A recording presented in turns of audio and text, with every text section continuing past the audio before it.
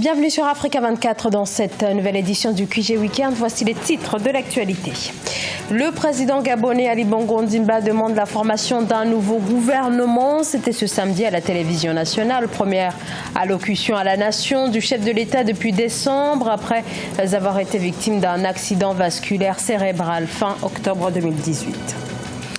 La relance de l'économie, le gouvernement du président sud-africain Cyril Ramaphosa, nouvellement réélu, très attendu sur la question.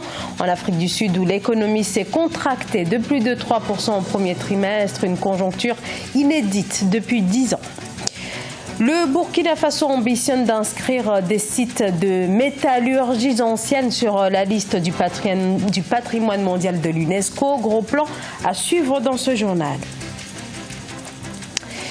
Après presque 6 mois de silence, le président gabonais Ali Bongo Ondimba, victime d'un AVC fin 2018, s'est exprimé publiquement samedi dans un discours de près de 10 minutes, discours enregistré et diffusé à la télévision nationale, une prise de parole pour celui que l'opposition estime ne plus être apte en raison de son état de santé à diriger le pays. Le président, lui, dans son message très offensif, demande à son Premier ministre Julien Nkongé Bekele de former un nouveau gouvernement, une équipe plus restreinte, capable, je cite, de donner la priorité à l'intérêt général, déclare donc le chef de l'État. Une annonce qui fait écho au Kavizingo Gate, une rocambolesque affaire de trafic de bois précieux qui a récemment viré au scandale politique. Je vous propose d'écouter le chef de l'État Ali Bongo Ondimba.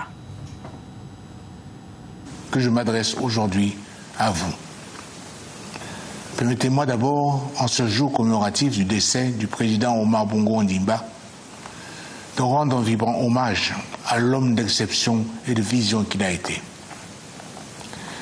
Grâce à son pragmatisme et à sa ténacité, il se conteste un des pères fondateurs de notre nation. Il a puissamment contribué au développement et au rayonnement de notre pays. Dans le même mouvement, notre gouvernance doit être aussi réformée pour être adaptée aux exigences de notre époque. Aussi ai-je demandé au Premier ministre de former un nouveau gouvernement plus restreint, constitué de femmes et d'hommes prêts à donner la priorité à l'intérêt général et capables de faire preuve d'exemplarité, de probité, d'éthique. Mes chers compatriotes, construire un État est une tâche qui s'inscrit dans le temps et dans la durée. C'est aussi une œuvre collective. Chacun d'entre nous, quelles que soient ses convictions personnelles, doit pouvoir apporter sa pierre à l'édifice. Je vous donne ces propos en faisant un appel, une fois de plus, à la solidarité nationale et à la primauté des valeurs fondatrices de notre société. La nation gabonaise est notre héritage commun. Il nous revient de poursuivre ensemble nos efforts pour qu'elle redevienne force. Que Dieu bénisse notre pays Gabon. Je vous remercie. Au Mali, après plusieurs mois d'enquête, la MINUSMA a rendu public son rapport d'enquête sur l'attaque de Koulougon. Des conclusions très attendues et sans appel pour la mission de l'ONU. Les chasseurs d'Ozo sont responsables du massacre des 39 civils le 1er janvier 2019 dans ce village Peul du centre du Mali. Reportage en tant que correspondant, Mokhtar Bari. Le 1er janvier 2019, les Maliens ont été une nouvelle fois victimes d'un drame dans le village de Koulongo-Peul, dans les centres du Mali. Bilan, 39 personnes tuées, 173 cases et 59 des 61 greniers incendiés, soit 80% des bâtiments du village. La division droits de l'homme de la MINUSMA, qui a mené des investigations, pointe du doigt des chasseurs d'Ozo. Sur base des informations que nous avons collectées et corroborées par des sources d'ailleurs officielles, les auteurs des abus décrits dans ces rapports ont été identifiés en majorité comme des chasseurs traditionnels d'Ozo. 12 personnes ont été interpellées, dont 4 placées en détention et 8 sous contrôle judiciaire avec pour chef d'accusation assassinat, association de malfaiteurs, causes et blessures volontaires et détention illégale d'armes et de munitions. Certains des crimes qui sont décrits dans ces rapports sont des crimes imprescriptibles. Et je pense que la justice fera son travail lorsqu'ils vont mener les enquêtes dans ces villages, d'identifier exactement qui sont ces personnes. Mais nous, on donne juste des indications. Pour élaborer son rapport, la commission d'enquête a interviewé 110 personnes. Le rapport note la similarité de ces massacres avec celui de Koumaga et Ogostagou, car ciblant une communauté et avec les mêmes assaillants, les chasseurs d'oiseaux. L'économie s'est contractée de 3,2% au premier trimestre en Afrique du Sud. Il s'agit du plus fort recul depuis 10 ans, une baisse due principalement au secteur de l'agriculture, des mines et de l'industrie manufacturière dont l'activité est actuellement en chute libre. Ange Bijou-Nomenyo.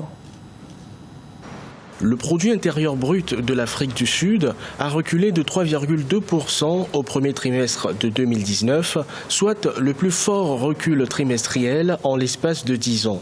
Ce coup de frein enregistré sur les 3 premiers mois de l'année 2019 s'explique notamment par une contre-performance des secteurs de l'agriculture, de l'industrie manufacturière et des mines qui ont vu leur activité chuter respectivement de 13%, 8,8% et 10,8%.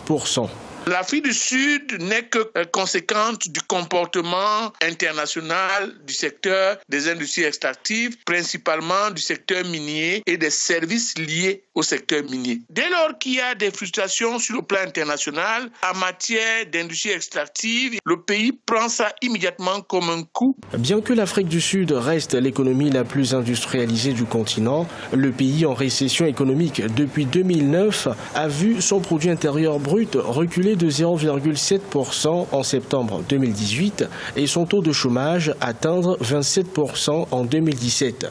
Le nouvel accord de libre-échange intracontinental devra au maximum permettre à l'Afrique du Sud de diversifier son économie à l'intérieur de l'Afrique de manière à exporter des produits à valeur ajoutée. Après avoir enregistré des taux de croissance de l'ordre de 5% entre 2004 et 2007, l'économie sud-africaine est en berne depuis quelques années en raison notamment de la chute des cours des matières premières, de la propagation de la corruption et de la multiplication des mouvements sociaux dans des secteurs stratégiques comme les mines et l'industrie.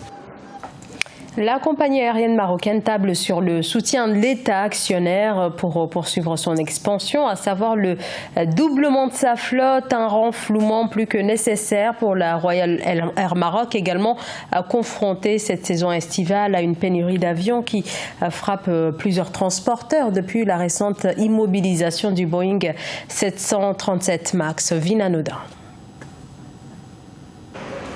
L'opération Mayday de la compagnie marocaine Royal Air Maroc a fait écho auprès de l'État. Des bénéfices économiques, de nouveaux appareils commandés, des lignes commerciales ouvertes, un climat social pacifié. 2 ans plus tard, les résultats sont là, mais la compagnie fait face à une pénurie d'avions à l'approche de la saison estivale.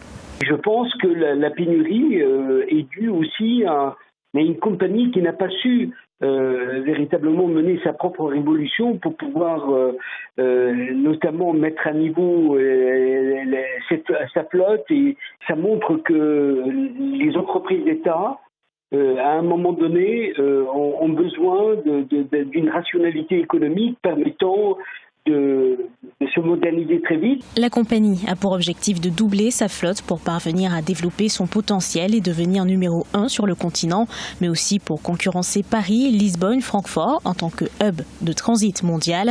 4 appareils de type Boeing ont été commandés par la Royal Air Maroc en ce sens. Elle renforcerait les lignes de moyens courriers dont les nouvelles destinations européennes inaugurées récemment comme Athènes ou Vienne. Et je pense que le problème majeur de l'Afrique, c'est les compagnies ont compris la manne qui va se dégager à travers cela, c'est permettre aux Africains de circuler. Donc les compagnies aériennes vont être obligées de s'implanter en Afrique pour répondre à ces critères-là. Et donc il y a une niche considérable il y a un enjeu financier très important. Dans le cadre de son développement, la Royal Air Maroc a annoncé dans un communiqué la création d'une nouvelle base aérienne à Laoun, au Sahara occidental. Les vols seront assurés à partir du 11 juin. L'ouverture de cette base renforcera les lignes déjà existantes. Le Burkina Faso s'apprête à inscrire un autre de ses sites au patrimoine culturel mondial de l'UNESCO. Il s'agit des sites de métallurgie ancienne, des sites qui datent du 8e siècle avant Jésus-Christ. Le dossier doit être défendu du 30 juin au 10 juillet lors de la 43e session du comité du patrimoine mondial qui se tiendra en Azerbaïdjan. Un reportage autre correspondant, Jean-Paul Ouedraogo.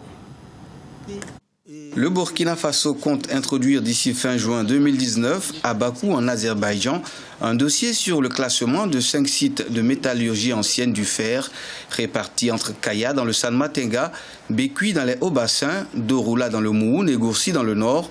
Ces sites sont les seuls biens culturels africains en compétition. La particularité ici, c'est quoi? Un fourneau, c'est maximum 1 mètre de diamètre.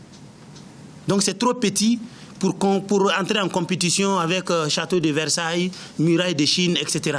On peut faire une inscription en série. C'est-à-dire on peut mettre des sites de même nature ensemble pour que ça devienne gros. Donc c'est cette disposition que nous avons exploitée pour proposer 5 fourneaux en inscription sur la liste du patrimoine mondial. L'inscription de ce dossier en marge de la 43e session du comité du patrimoine mondial, s'il venait à aboutir, portera à 3 le nombre des biens burkinabés figurant sur la prestigieuse liste du patrimoine mondial après les ruines de l'Oropénie dans le sud-ouest en 2009 et le complexe W. Ali Pendjari à l'est en 2017. Il y a 1092 biens sur la liste du patrimoine mondial et l'Afrique en a 95, ce qui fait un pourcentage de 8,70. Il y a 57 pays africains et ces biens-là ne se trouvent que dans 35 pays. Le Burkina Faso dispose d'un fort potentiel culturel, parmi lesquels les sites les plus anciens et les mieux conservés de la sous-région. Au moment où les sites, du fait de la question sécuritaire, sont en danger, leur mise en valeur pourrait contribuer au rayonnement du tourisme culturel. Ce journal a été réalisé par l'ensemble de la rédaction. Merci de votre fidélité. Dans un instant, une nouvelle édition de l'actualité sur Africa 24.